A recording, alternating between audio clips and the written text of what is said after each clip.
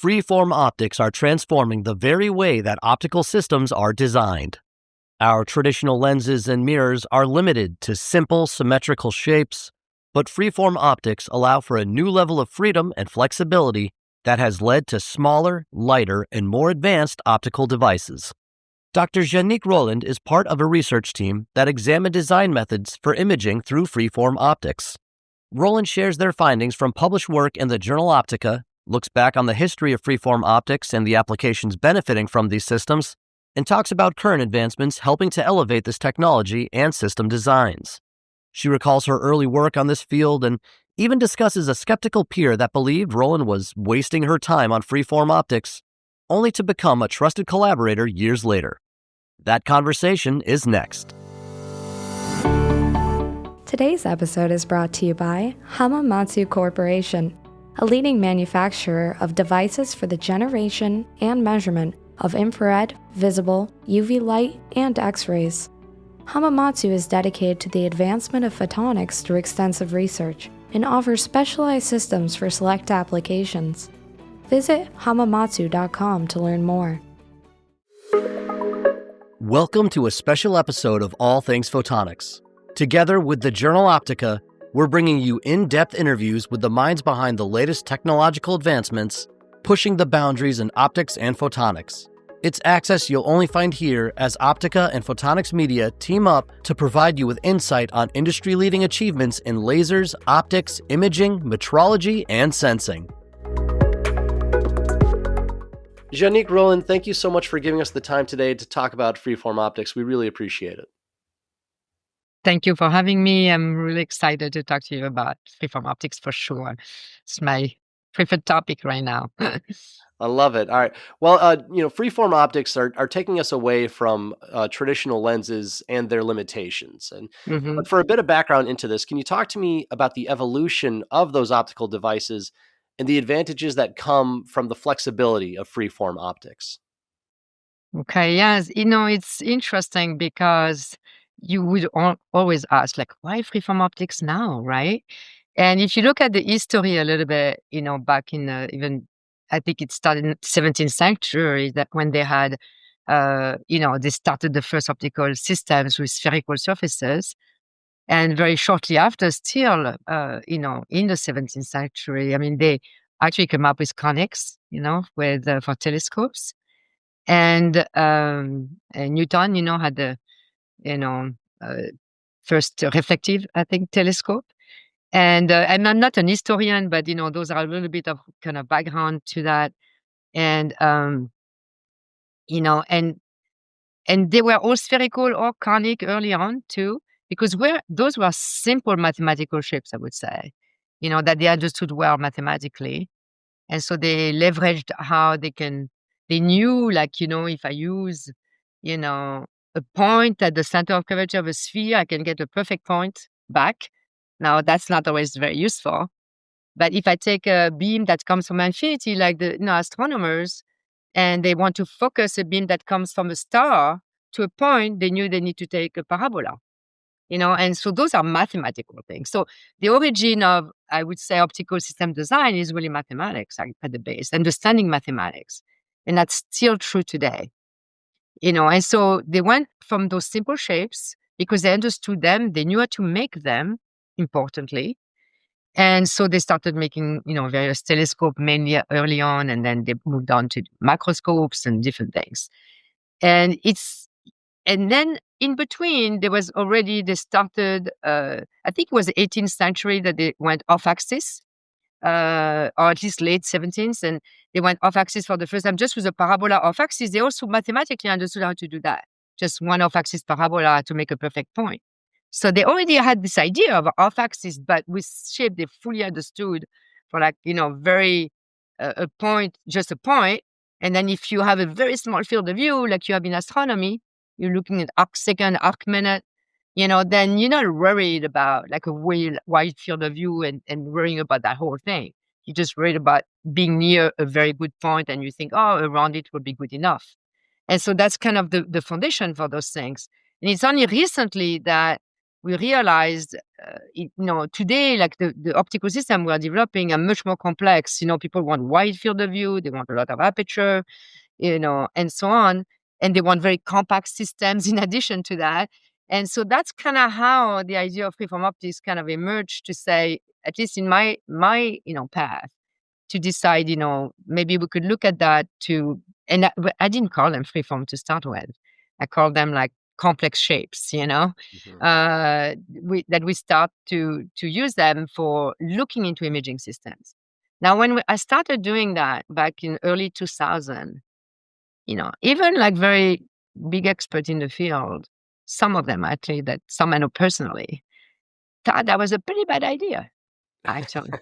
Which is interesting, right? Because people for 100 years have been doing this design with rotationally symmetric systems. Now, if you have a very complex system, like a litho lens, something like that, you're going to have a lot of lenses. It looks like more like a tube, right? And then, and so many things were like that. With reflective system, they had system that had obscuration because the light is coming to system. They're all in line. So you come to one system, you get obscured by this one, then you go to this one, and then you go out. But there is obscuration, right? Obscuration creates a lot of issues into your image plane, like artifacts to your, the image of a point, because you have all this obscured structure in the, in the middle of your field of view. And so that's what people were doing. And so what freeform optics allows you is to depart from that, to go and unfold the system. So it's kind of built on that early idea that someone can take an off-axis parabola and just image a little point. But now we could do that to unobscure the system with really wide field of view. And that's what freeform optics allows you. And in addition, it allows you to make more compact system. You could expect something like 3x to 5x more compact in many systems. Also lighter, maybe up to 10x lighter, because if you go from lenses to mirrors, you can make them lighter. Despite, as the mirror gets bigger, you got to deal with that. There's just a lot of issues to deal with. If you want to make them too thin, you're going to have other things to worry about in terms of mechanical structure and holding those thin mirrors. Mirrors can also be heavy in some ways, but the equivalent in lenses is even worse, right? So because in mirrors, you have a lot of space, just space in between mirrors. With lenses, you're kind of filling everything with glass, so it's very heavy for the same size. That's why large telescopes are done with mirrors, right? So we get rid of the glass. It's much lighter. Still not maybe light enough, but that's what's happening. So freeform optics allows you to do that. And in fact, so the mathematics of freeform optics, that's why we started actually this recent paper we wrote for Optica on design methods. We start with the mathematical description, that's the essence of everything, that started way back in history and still today with freeform, right? And understanding the mathematics can be critical. Now, in freeform optics, not only do you have to understand the mathematics of those freeform surfaces and pick some description that you're going to be able to change in your optimization in a way that you comprehend, and you have to understand the aberrations of those systems. And that's why it was thought to be a bad idea to start with, because when you start folding the optical system to make, with large field of views, you have huge amount of aberrations being created. And unless you know how to handle that, you're just really stuck. There's nothing you can do about it. So the very first step we did in designing those systems were to start working on the aberration theory of those systems, which very interestingly build up on an aberration theory that was actually targeted at the misalignment of optical system. Because if a system is misaligned, right, it loses symmetry, right, by definition. So you design it in the computer, it's fully symmetric, it's misaligned, you lose the symmetry.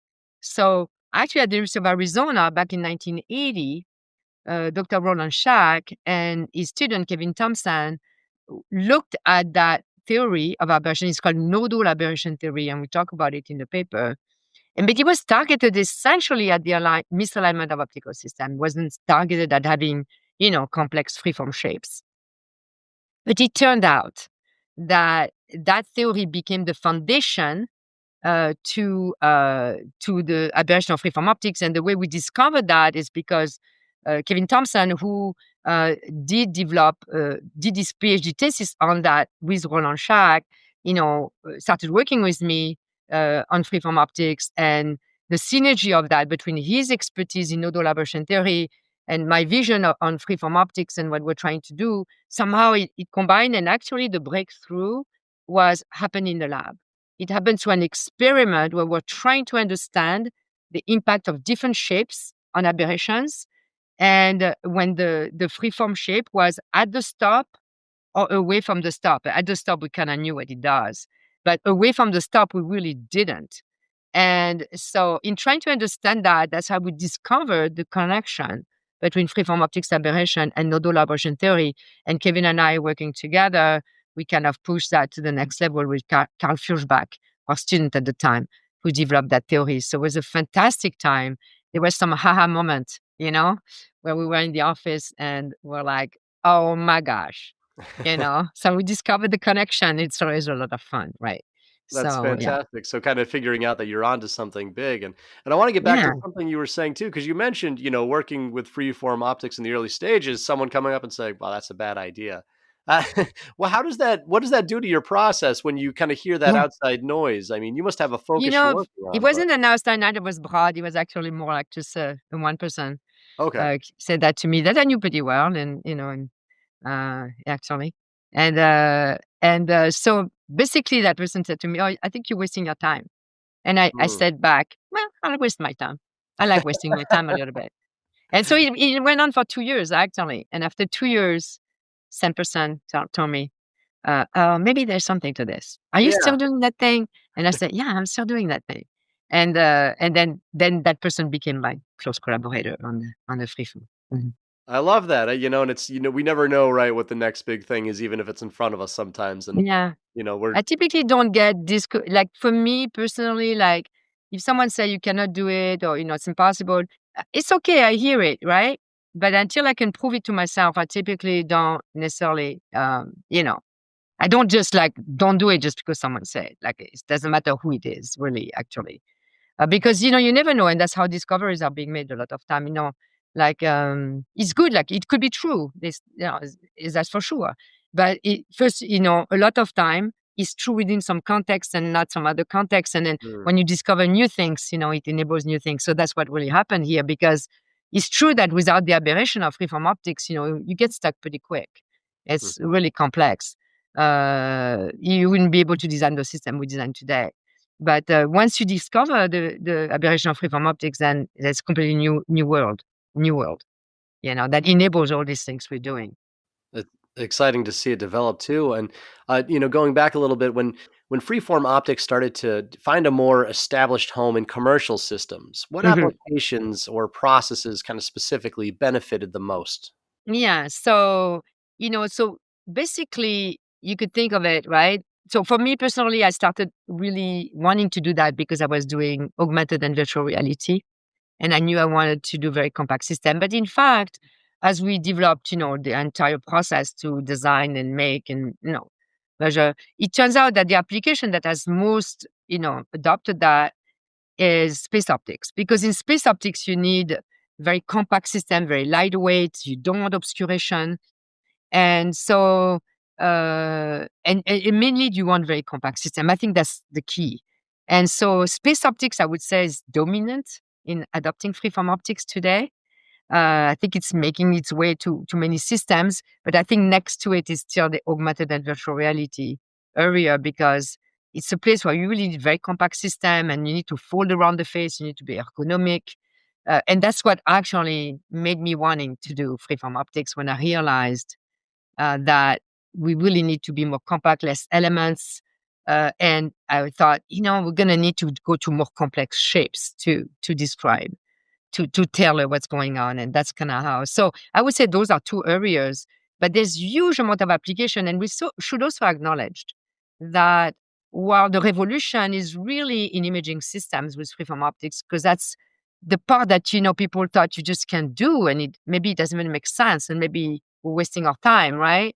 That's where the revolution really is, that we could do that for an imaging systems, because there you want to image point to points very, very precisely and well. You want to make sharp images of a wide field of view, right? So that's hard, right? But freeform optics was used before in illumination systems. So we call it non-imaging as well, because that's kind of to oppose imaging, right? But it's basically illumination system where you want to tell a light to create an irradiance somewhere, like the illumination pattern or something like that. And so freeform optics was already used and I think we borrowed actually the word probably from them, because they were using more complex shape already to try to do that. But the problem is very different, because here, let's assume you want to make an uniform illumination, right? Then you're going to take a point, let's say a point source, and you're going to try to spread the light as much as possible across your surface to make an uniform illumination. And of course, there's no exact point, in real life. So you have a little extended source and you have to do it for all these different points, and you tailor the light and you try to do it well for all these points. And it's the opposite of what you do in imaging, right? Where you take a point and you want to image to a point, not to what do you call it? A spot of light or something, right? So that's interesting, right? So very different fields. It used to be extremely different communities working on that. You had the people doing illumination, you had the people doing imaging. They didn't talk to each other like really that much. Actually, not at all. Too much in the early days. They had really different communities. But then now today, those two communities are really much more integrated. And it's good because in any system, often you have illumination, you have imaging, you have different things happening. So making sure you understand all these components, it kind of is, for complex systems, makes sort of sense. But it used to be quite different people working on those things. Yeah. Mm-hmm. Yeah, and I one thing I really enjoy about the optics and photonics community is there is a very good cooperation. Even, competitors will work together, will share, kind of updates, just trying to push the science forward. So it's Oh, yeah, always it's great. great to Yeah, see yeah, that yeah, working yeah. together. Yeah, because I was more on the imaging side, but then was asked by the industry, like, please, can you just train people in non-imaging as well? So I volunteer. I say, okay, I'll collaborate with you, to do it, because this is really not how my heart breathe, so really, so it's a different way of thinking, really. And I started doing that, and it was very successful, and we collaborated. That's how we did it. We collaborated together. So, and then over time, I learned more and more, and about the non-imaging as well.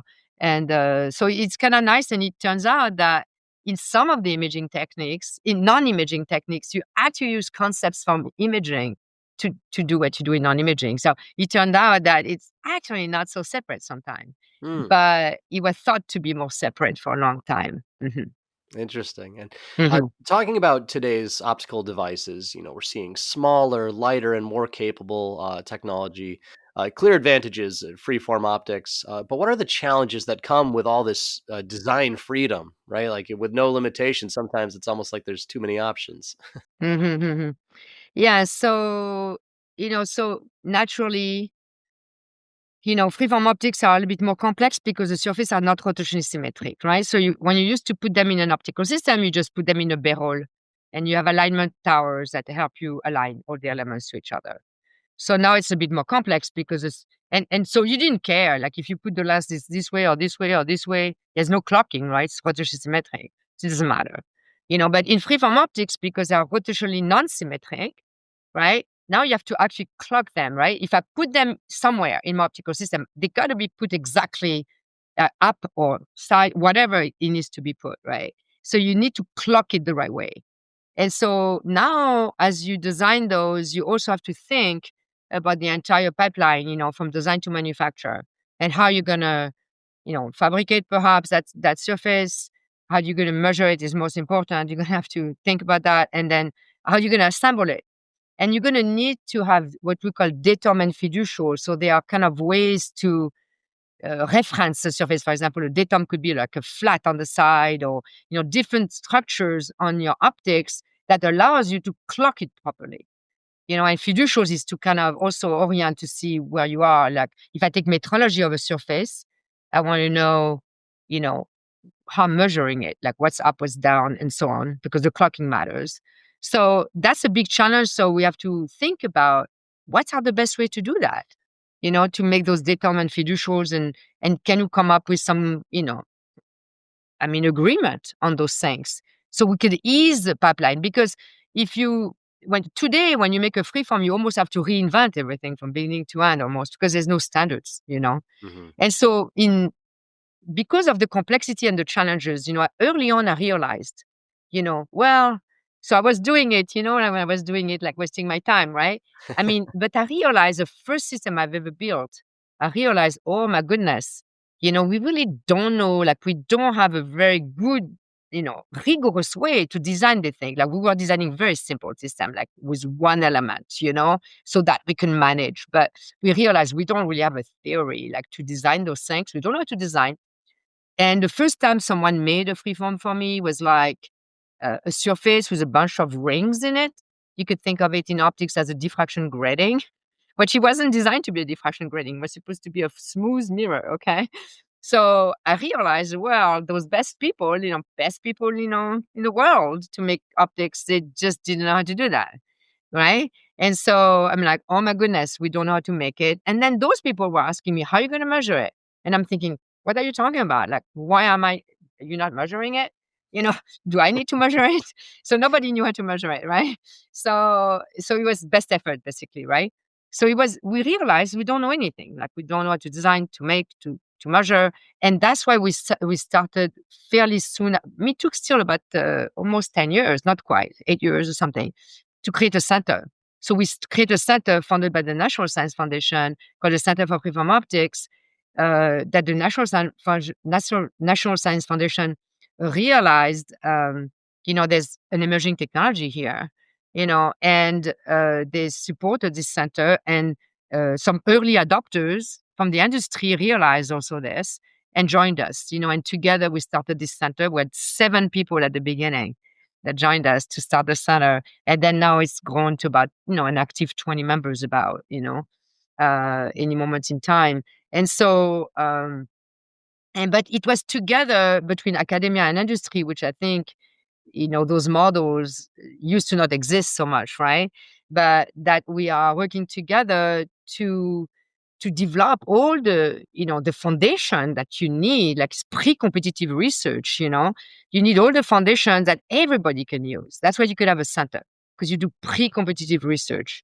So it doesn't really matter the competitors and stuff, because they're going to have their own application space, their own products. We don't do products, right? We just do foundations. We work on the mathematics, on the design methods, on metrology, new metrology methods. We try to, come up with all these processes and quantify and, bring science to the process, right? And establish process chains from design to manufacture and assembly. So we could ease the pain, right, of doing that and try to help standardizing the process. So that's what we're doing in the center with people.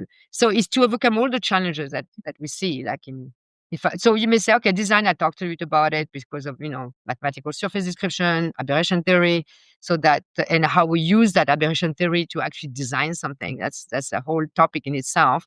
And then you have fabrication.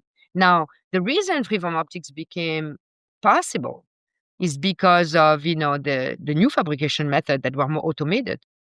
It was, deterministic fabrication techniques with, automation and tools. And so it was no longer, someone little polishing behind the little thing. So that's how, and the one technology that was super instrumental was diamond machining, where you use a small tool like a diamond to sculpt a bit, because you can imagine if you have a more complex shape, it's almost like you think of it as sculpting out this shape. And so diamond machining became more and more performant, where they could make smoother and smoother surfaces. And that's what really allowed to emerge. And actually, they were ahead of the designers. There was nobody doing anything in freeform in the design, because the designers were sometimes the designers could be thought of, the designer, they don't know too much about fabrication and all that stuff. Actually, the fact that they did not design anything in freeform is because they knew you cannot make any of these more complex things, probably, right? And so that's why they didn't really design anything in that space. And it's only when the fabrication techniques emerged that we started thinking we could do something and fabricate and see what we could learn here. So that's pretty interesting. So yeah. Yeah, so they finally had the tools to make those shapes possible. Yeah. And metrology is still the elephant in the room, I would say, today.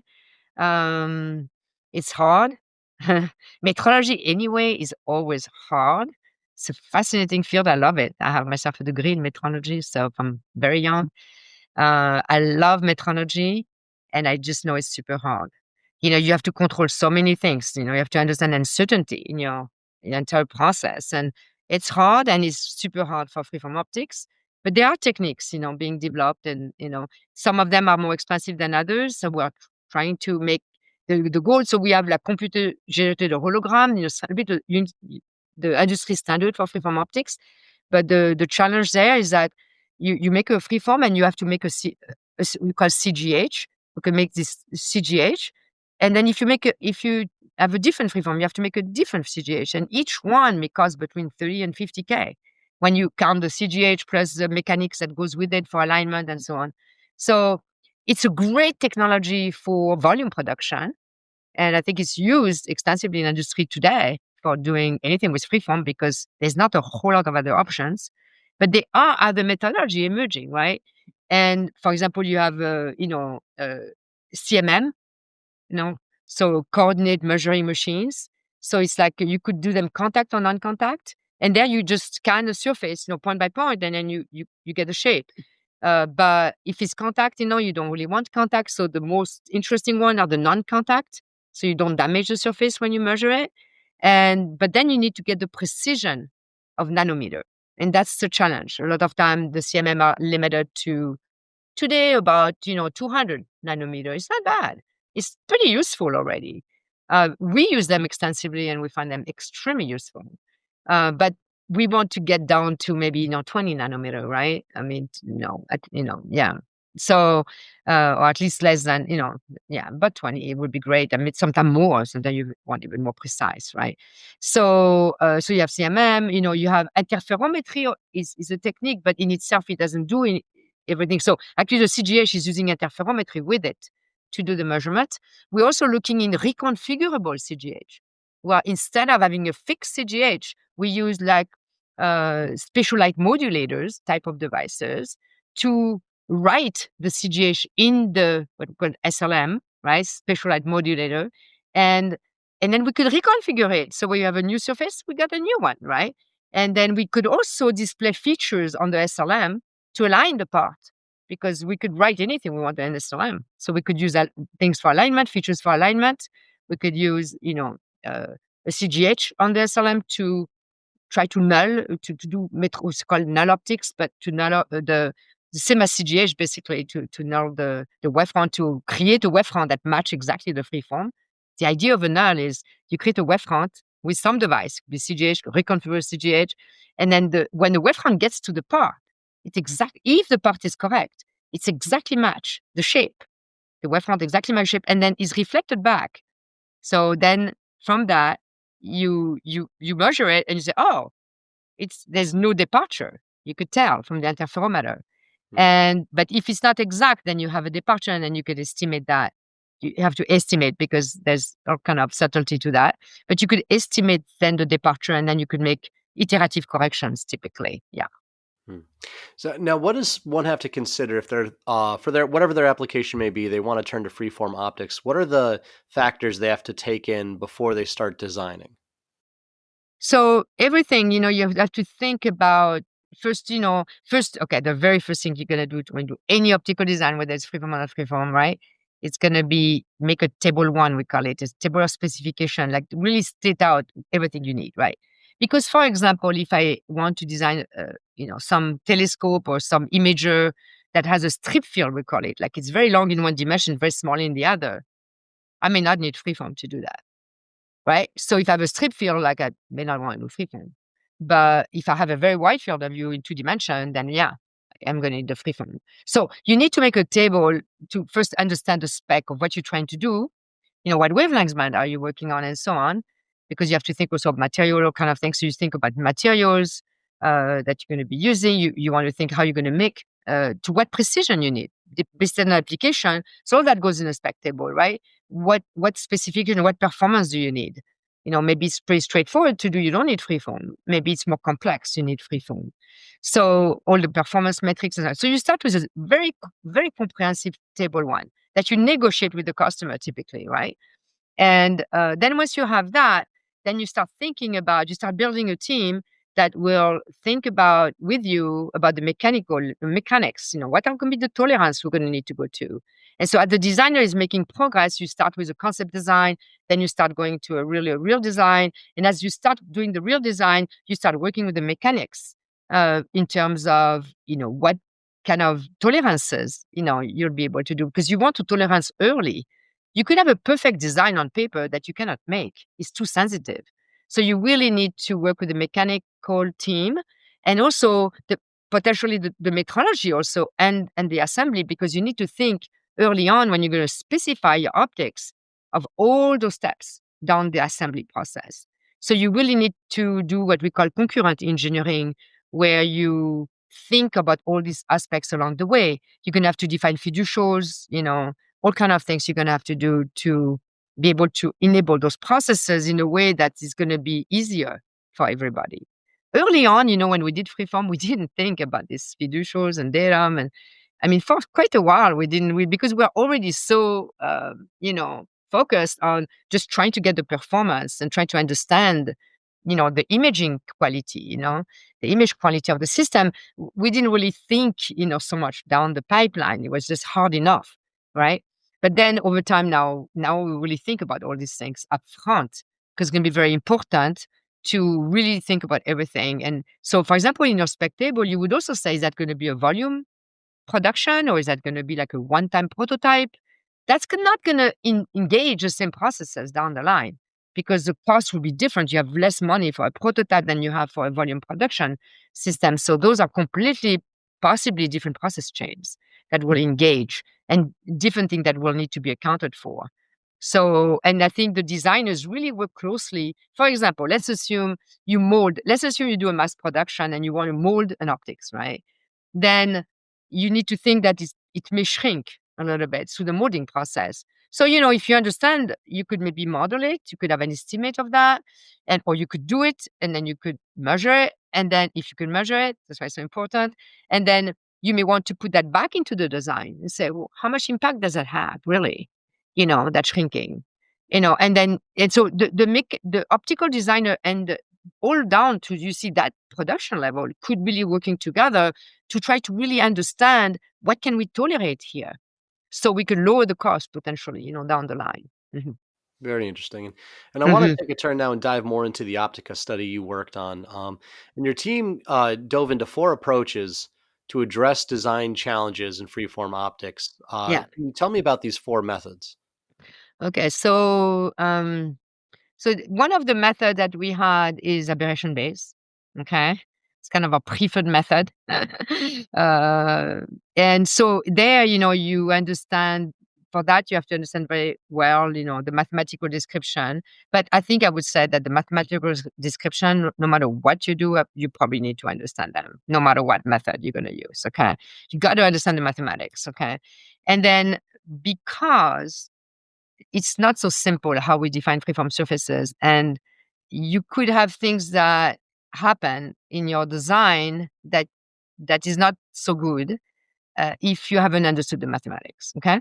And we call that it's a bit complex. People can read the paper, but it's called degeneracies, and means that, for example, you tilt your surface a certain angle, and you think that's the geometry of your tilt, but somehow there's a tilt that's happening in the mathematical surface that you were not aware of, let's Mm. say. And so you think the surface is like that, but actually it's like that, right? That's not good, okay? So you want to have a control about your geometry and so on, so you really need to understand. So that's for everybody. Then the aberration-based method is where you understand the aberration theory, and you actually know, if I put certain shape of freeform shape away from the aperture stop, because in the stop, it's really simple what happens. So I won't go into that. But away from the aperture stop, it's more complex what's happening. So we know from the aberration theory, if I put this shape away from the aperture stop, it will create those aberrations. And then, depending also on the theory, I know by looking at the pattern of aberration, whether actually the folding geometry I chose will be easy to optimize or not. which is really interesting. And so there's another paper we published on that in Nature Communications back in 2018, I think it was, on that. And so on how to understand that, how to tailor that in design. So that method is great because you can just only put freeform when you need it and how much you need it. And you go, one step at a time, basically in the process. So it's a little bit of a process of design you have to learn, but it's a very controlled process. And so you know what's happening with your design at every moment in time. Okay. So that's the aberration based one. And so it takes a lot more theoretical understanding for that. Okay. But it can be learned. We have a course where we teach every fall. Dr. Ehrenbauer and I at the University of Rochester, it's online. So we have people who can register from different parts of the world, actually. And we help teaching that methodology to designers who are interested in designing freeform. So at least we try to help, with that space. So that's a process we really like. So after that, before we go to automation technique, I think you have what's called direct methods, actually. Direct method is where you fix the geometry and you construct the surfaces using Fermat principle. Typically, you trace rays and you look at Fermat principle to do. It's very fundamental. And then you also you could use differential equations as well to solve for those problems. So it's very mathematical as well. And you try to construct your surface. The geometry is fixed. So that doesn't really go into what folding geometries are best. It doesn't cover that. You fold, maybe you decide to fold, and then you try to construct your system, and then you see how far you can go. And then a lot of time, these methods could be good to look for a starting point. But a lot of time, they don't take you all the way to the final design. You still have to go and optimize them, maybe with aberration theory eventually, or automation. And so we get into automation techniques, right? So I would say the direct method, they're more for starting points, I would say. And they are pretty complex when you go to multiple elements, I think. I don't know not that many elements have been done with those. And then, but at least 2 maybe I think have been done. So there's special techniques there that I really, we talk a lot about this. It's called the SMS technique. It was developed by Dr. Miñanes and Benitez in Madrid, in Spain. And that technique was developed for non-imaging. Remember, I talked to you about those things different. But actually, that team decided after some time, they got exposed to what we're doing here too in imaging, and they tried to apply it to imaging. So I thought that was very interesting that, they tried that. And so that's, we talked a little bit about that in the paper, and also applying it to imaging systems, but they typically create more starting point, and then you go back and you try to optimize them further. But if something doesn't work, you kind of a little stuck. It's not so easy to figure out, how to unstuck your design, So you may have to try multiple things, until you get something that you feel like is behaving to specification and, and you can make also. Okay. So that's a technique. So those are the direct methods. And then you have automation, right? So automation, naturally, you understand with AI and, techniques and deep learning and all these methods of machine learning. There's an opportunity, to investigate, how much of the process can be automated, right? And so I would say that in those techniques, as long as you already have a space of design, because remember, like in neural network, machine learning, all that stuff, you typically have to train. You have to train a neural network. So you need a database of design. Like, how are you going to create your design? So you got to do all this design first before you train. So let's assume I narrow down to 3-mirror telescope, right? And let's assume we as a community have designed a lot of those out there. We personally have done roadmaps for those. Other people have designed them. There's a lot of data out there. So you could imagine that in a space like that, you may be able to already, maybe the best geometry folding, because some other techniques have disclosed that in their process, like we've done with the aberration based. So we already know the best folding geometry. So let's assume we go there. And then we you could imagine you could train a neural network maybe to now design a system with specification for a 3 mirror in the correct folding geometry, right? That will satisfy specification. So I think there's a space for that. But if you want to really innovate something new, you cannot, like, you got to have a design space to be doing all that. So I think it's going to have its own place somewhere, as we get more and more design, in the community. I think we'll be able to feed more and more things to this AI model that we maybe in, very specific area, we could maybe optimize faster. So it's going to be a process, I think, for that. But I think it's certainly is poised to enter, the world of lens design. For rotation symmetric system, the algorithms have gotten so good. A lot of automation can be done even in the rotation symmetric system now. So, in the future, it's not yet there, but in the future, AI definitely will also play a role as we have more and more data in different field of applications. But we're going to need a lot of data to be able to do that well.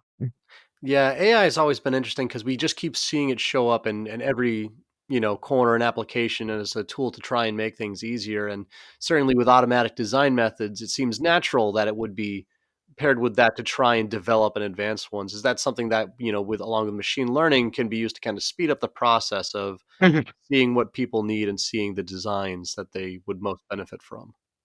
And then and finally, like, as we're talking about methods for design, naturally you also have to think design for manufacture, right? So sometimes you design just to come up with an idea, a solution space, but then eventually if you really want to make something, you have design for manufacture, where as part of the design process, you add constraints that link to the manufacturing process to make sure, like, you can make the part. And that's still a problem today. We hear for some of our partners that sometimes something comes in and they just cannot make it. So they are pushing us to really look at that, to look at ways to constrain from manufacturer metrics. And so that's an area of research for sure. So that's another aspect of design for manufacturer for sure, to really integrate all new metrics into the design process. So not just aberration theory, but also manufacturing constraints. Mhm. Interesting. Mhm. And is the adaptation of freeform optics changing today? And are there signs around us that can demonstrate how these systems are evolving? I think we're getting better and better, I would say, at making freeform optics, um, at measuring them. There's some techniques, right? We have some ways to measure them. But I think the way it's evolving right now is really looking at how we could lower costs, right? To make those systems. So that, I think, where the push is in how things are evolving. Naturally, in manufacturing techniques, people are looking for mass production at, molding, replication, 3D printing. 3D printing is not there, to make quality optics typically, but it could be good for prototyping already, to try to prototype something to make sure everything is going to fit together, the mechanics, the optics. You could already start doing things like that. So I think the evolution of the system is looking in ways that we could lower cost. We could actually make them to performance and lower cost to manufacture. That's a push, and understanding everything about it is a push. You also don't want to over-specify, your system. So when you sculpt a surface, for example, in fabrication with a small tool, you have, remember those rings I mentioned at the beginning, right? You have those rings, or it could be lines. If I'm scanning, like, horizontally and vertically, I may have lines in two directions, some artifacts, basically. And those are called mid-spatial frequencies. They are just basically very small lines or artifacts or little dips, into the surface that are caused by the tool, you know? So it's extremely hard to not have those. And to minimize those, you really have to understand the physics of the tool and the material you're using to make. So many people in fabrication, they're really actually physicists, a lot of them, mechanics and physicists. They understand tool interaction with materials. That's very important. So first, you could really apply the best practice to that, first of all. But once you've done that, you may have residual, right? And in the residual, the key to the designer, now back to the designer, is to figure out how we could tolerance them, how much can we tolerate of those? Because if I tell, my manufacturer, I don't want any MSF, they may eventually be able to make it so negligible that we don't see it. But then maybe it take them like a year to make the part. I'm exaggerating, of course, right? But, so this will cost a lot of money, right, to do that. So this is not really viable even for them, to do that. I mean, just one part, nobody can pay this kind of money, right? So you have to be able to tolerance, say, this is how much I could tolerate. And the amount of tolerance is not the same for every single optics in the system. It depends where it's located with respect to the aperture stop of the system, the pupil of the system, and the detector. So if I'm closer to the detector, I'm closer to the aperture, it may have different effect. And so we have to go back to the designer and do that, because otherwise the tendency would be that it's overspecified and then it's more expensive than it needs to be. So again, minimizing the cost for everyone, right? Everyone, the manufacturers and the customers.